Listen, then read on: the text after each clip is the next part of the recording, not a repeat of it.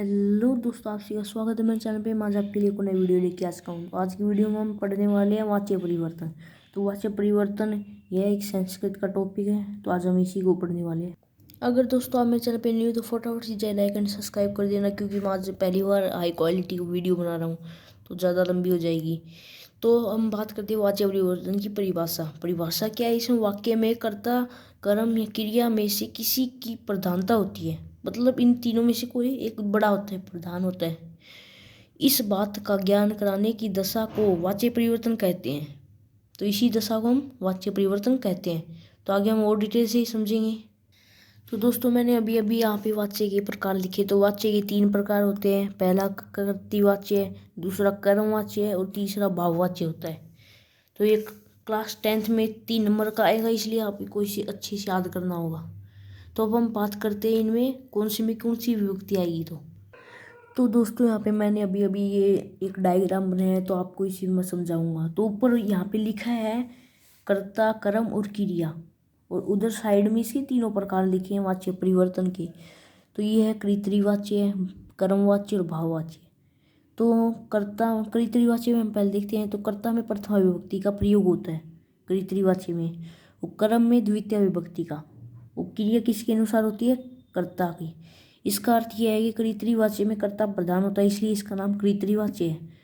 अब कर्मवाच्य में कर्ता में तृतीय विभक्ति होती है, और कर्म में प्रथमा विभक्ति, और क्रियाक्रम के अनुसार वह आत्मनेपदी धातु के साथ चलती है। आत्मनेपदी धातु भी मैं आपको बताऊंगा अभी।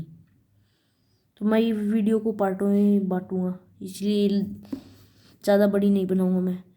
तो बात है भाववाच्य।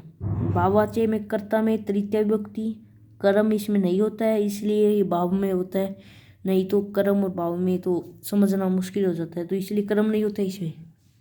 और क्रिया हमेशा प्रथम पुरुष एक वचन की होगी, और ऊपर वालों में क्रिया कर्तृवाच्य में तो कर्ता के अनुसार चले, चाहे वो एक वचन हो, द्विवचन हो, त्रिवचन या बहुवचन, कुछ भी कहते हैं उसे।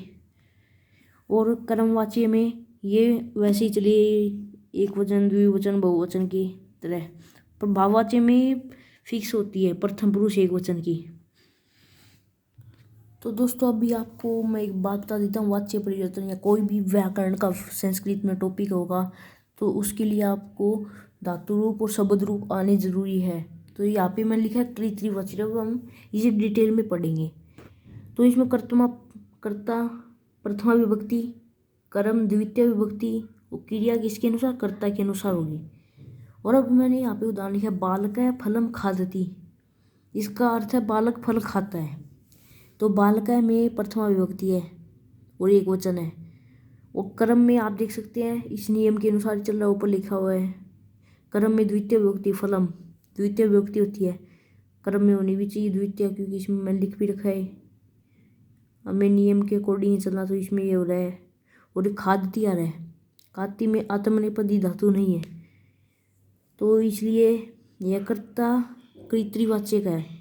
कर्तृवाच्य का ये वाक्य है, क्योंकि इसमें ये क्रिया है ना, ये क्रिया खादती जो कि एक वचन है, वो कर्ता भी एक वचन है, तो ये क्रिया कर्ता के अनुसार है। तो ये अभी यहाँ पे कर्ता के अनुसार है, तो कर्ता इसमें प्रधान हो गया इस वाक्य में। तो कर्ता किस में प्रधान होता है आपको पता है? कर्तृवाच्य में। तो कर्तृवाच्य का उदाहरण हो गए। तो कर्मवाच्य आता है। तो दोस्तों अभी आप यहाँ आज को एक कर्मवाच्य है। तो कर्मवाच्य में आपको मैंने पहले भी दिखाया था, कर्ता में तृतीय विभक्ति होती है, कर्म में प्रथमा, और क्रिया कर्म के अनुसार ही होगी, और क्रिया आत्मनेपदी धातु में होगी। तो आपको आत्मनेपदी धातु भी बता दूंगा क्या होते हैं। तो यहाँ पे उदाहरण लिखा है बालकेन फलम खाद्यते। इसका अर्थ क्या है? तो बालकेन करता है, बालक उस पहले वाक्य को मैंने कर्मवाच्य में बदला कर्तृवाच्य वाले को। तो आप देख सकते हैं बालकिन क्यों आया है? कर्ता में तृतीय विभक्ति हो गई, बालका के बालकिन हो गया। और फलम, फलम फले फलानी, फलम फले फलानी, प्रथमा द्वितीय सेम होती है ये। और आत्मनेपदी धातु होता है ये रहा खाद्यते, खादती का खाद्यते बनाया है। वो कैसे बनाया है? तो खादती में खाद धातु होता है, आदत है, आदत है होता है। तो इसमें यति जोड़ना है हमें, चाहे कोई भी हो। जैसे पठती है, पठती का आत्मनेपदी में बनाएंगे तो हम कैसे बनेगा? पठ धातु होती है उसमें, तो पठ का क्या हो जाएगा, पठयति। आधा आ जाएगा पठे, इसकी धातु के अनुसार होगा। शुरू होगा तो शुरूयति हो जाएगा। गस्ती का गमयति हो जाएगा, क्योंकि गम धातु होती है इसमें। ऐसे आत्मनेपदी धातु होती है, तो इनका प्रयोग भी हम करेंगे। तो आज की वीडियो इतना ही, क्योंकि ज़्यादा लंबी हो जाएगी, तो इतना मेरे पास इंटरनेट भी नहीं है। अगर आप मेरे चैनल पे नहीं हो तो फटाफट से जाए लाइक एंड सब्सक्राइब कर देना। अगर आपको समझ में नहीं आ रहा है तो कमेंट में लिख सकती है। पार्ट 1 है, पार्ट 2 में भाववाची और कुछ अन्य धातुओं के बारे में मैं आपको बताऊँगा, उदाहरण बताऊँगा।